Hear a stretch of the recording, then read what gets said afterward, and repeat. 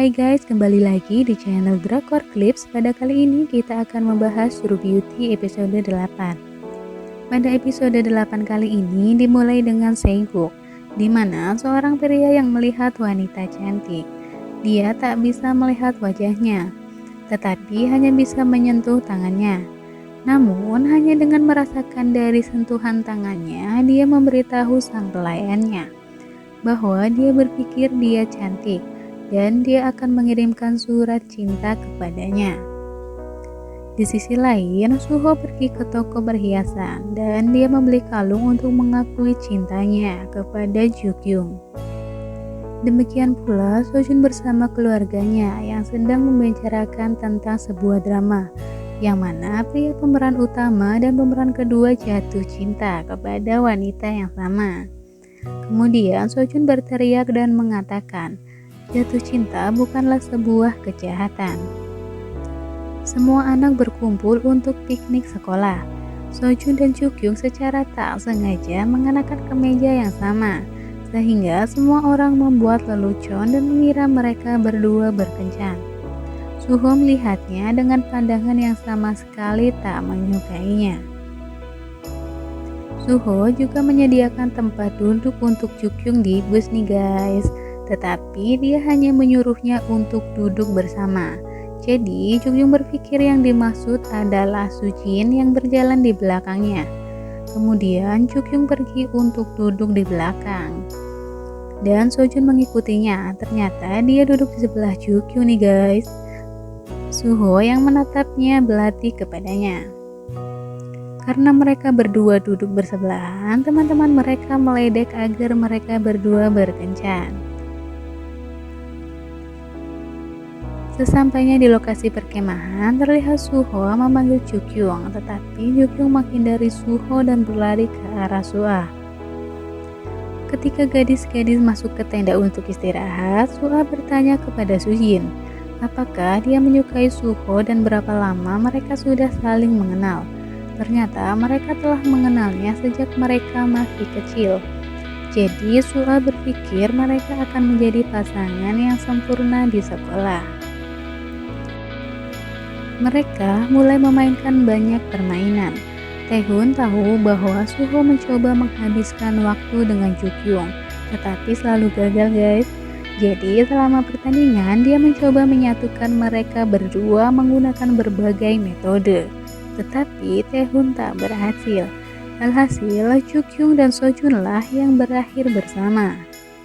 Tentang makan siang adalah bahwa pemilik pemandangan glamping menceritakan kisah hantu ramah lucu tentang seorang gadis dari dinasti Joseon yang menikah dengan seorang pria.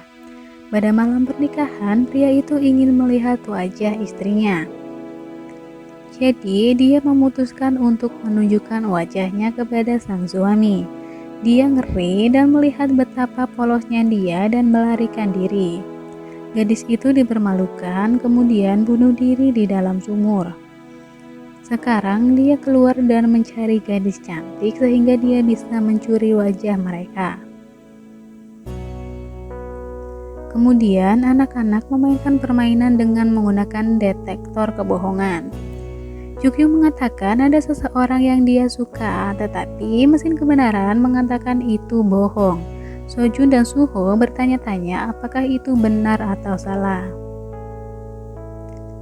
Pada malam itu, Jukyung mengambil permainan detektor kebohongan dan mengatakan hal yang sama.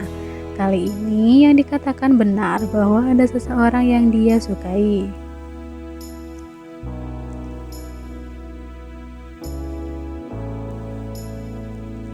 Suho mengawasi dan melakukannya secara diam-diam.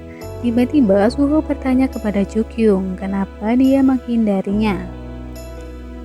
Mereka berjalan menuju danau dan naik perahu yang mereka lihat di danau. Saat di perahu, dia bertanya kepadanya tentang hal-hal yang mungkin dia sukai.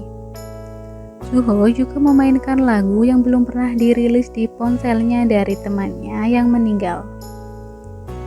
Jukyung mengambil foto pemandangan di sekitar danau dan akan mengambil foto Suho. Tetapi dia meminta maaf dan mengatakan dia tidak suka foto. Pada akhirnya, Suho tak keberatan untuk mengambil foto dengannya. Namun, seekor lalat atau lebah mendengung di sekitar wajah Jukyung yang membuatnya tercebur dan Suho pun melompat setelahnya. Sehingga mereka berdua akhirnya basah kuyup. Sayangnya, setelah tercebur, riasan di wajah Jukyung pun terhapus. Mereka berjalan kembali bersama, tetapi mereka bertemu dengan Sujin sehingga Jukyung cepat melarikan diri. Keesokan harinya, Jukyung agak terlihat sakit dan beristirahat di dalam bus. Sojun melihatnya dan mengambilkan obat. Dia juga membiarkannya tidur di pundaknya. Suho yang melihatnya dan memanggil Sojun keluar dari bis untuk diajak bicara. Mereka bertengkar dan Sojun mengatakan, siapa yang peduli jika Suholah yang menyukainya lebih dulu. Setelah itu, Taehoon memberitahu kepada Suho bahwa dia harus mengakui kepada Jukyung. Jukyung yang mendengar mereka berbicara dan berpikir Taehoon berbicara tentang Suho yang harus mengaku kepada Sujin sehingga Jukyung kecewa. Malam itu adalah malam pertunjukan bakat. Suho terus menatap Jukyung selama pertunjukan, begitupun sebaliknya. Namun Suho tidak benar-benar menatapnya. Selama pertunjukan bakat, semua orang ingin Sojun bernyanyi. Dia memutuskan untuk menyanyikan sebuah lagu dan terdengar bagus. Jukyung dengan senang hati tersenyum dan melihat Suho menatapnya. Tetapi kemudian Sujin muncul dan duduk di sebelah Suho.